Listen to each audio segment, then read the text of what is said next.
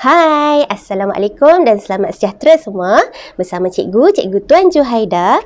Untuk kelas sains hari ini, kita akan buat satu eksperimen untuk mengkaji panjang tali bandul dan juga kaitannya dengan tempoh masa ayunan. Jom kita buat sama-sama.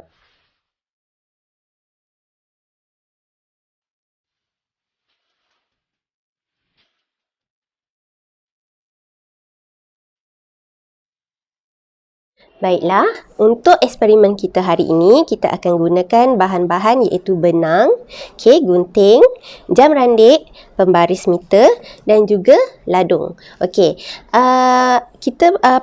penyataan masalah untuk eksperimen hari ini ialah semakin panjang tali bandul yang kita gunakan, semakin panjang masa yang diambil untuk satu ayunan lengkap. Okey.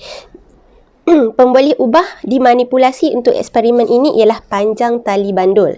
Okey, maksudnya kita akan buat eksperimen ini menggunakan panjang tali yang berbeza lah. Okey, bermula dengan 20 cm, 40 cm dan 60 cm katakan. Okey, so yang pemboleh ubah dimanipulasi untuk eksperimen ini ialah panjang tali bandul. Okey, pemboleh ubah yang bergerak balas ialah masa untuk 10 ayunan lengkap.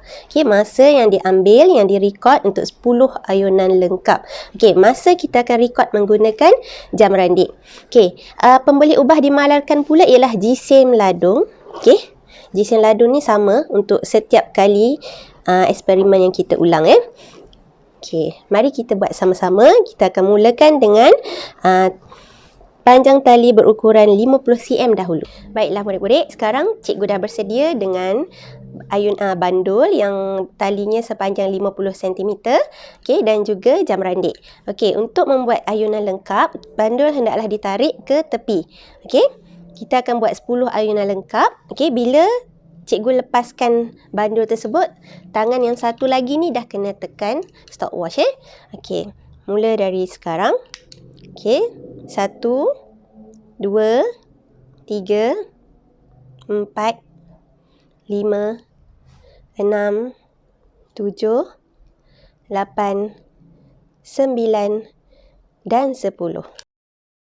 Okey, bacaan yang diperolehi dicatatkan di dalam jadual yang disediakan dan setiap kali eksperimen, pelajar perlu mengulangnya 3 kali untuk mendapatkan bacaan yang tepat. Okey, baiklah, sekarang kita akan menggunakan panjang tali bandul 40 cm. Baiklah, sekarang panjang tali bandul yang digunakan ialah 40 cm. Kita mula macam tadi. Okey, bandul ditarik ke tepi sebelum dilepaskan. Okey, bersedia dengan jam randik. 1, 2, 3, 4, 5, 6, 7, 8, 9, 10. Okay, baiklah, sekarang panjang tali yang digunakan ialah 30 cm. Semakin pendek tali yang digunakan. Okay, kita akan mula seperti tadi juga. Bandul ditarik ke tepi sebelum dilepaskan dan bersedia dengan jam randik untuk 10 ayunan. Okay, 1, 2, 3.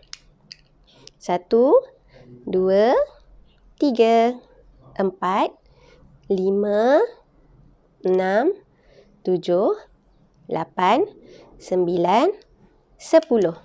Okey, bacaan yang dicatatkan, bacaan yang direkodkan ini perlu dicatatkan dan direkodkan di dalam jadual yang disediakan dan perlu diulang eksperimen ni. Untuk panjang yang sama ni perlu diulang sebanyak 3 kali. Baiklah, untuk kali terakhir ini, cikgu menggunakan panjang tali bandul ialah 20 cm. Seperti tadi, kita perlu tarik bandul ke tepi sebelum lepaskan untuk kita ambil masa 10 ayunan lengkap bandul ni. Okey, 1, 2, 3. 1, 2, 3, 4, 5, 6, 7, 8, 9, 10.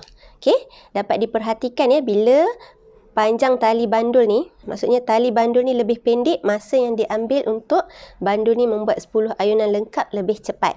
Okey, dan seperti biasa, data yang diperolehi ni, masa yang diperolehi ni dicatatkan dalam jadual. Okey, dan ulang eksperimen ni 3 kali. Baiklah murid-murid, nampaknya kita sudah selesai melakukan eksperimen ini. Dari eksperimen yang telah dilakukan tadi, kita dapat membuat kesimpulan bahawa semakin panjang tali bandul, semakin lama masa yang diambil untuk bandul membuat satu ayunan lengkap. Tapi sebaliknya, bila tali bandul ni lebih pendek, masa yang diambil lebih cepat. Okey? Murid-murid boleh perhatikan jadual data yang cikgu letakkan nanti. Okey, jumpa lagi. Bye.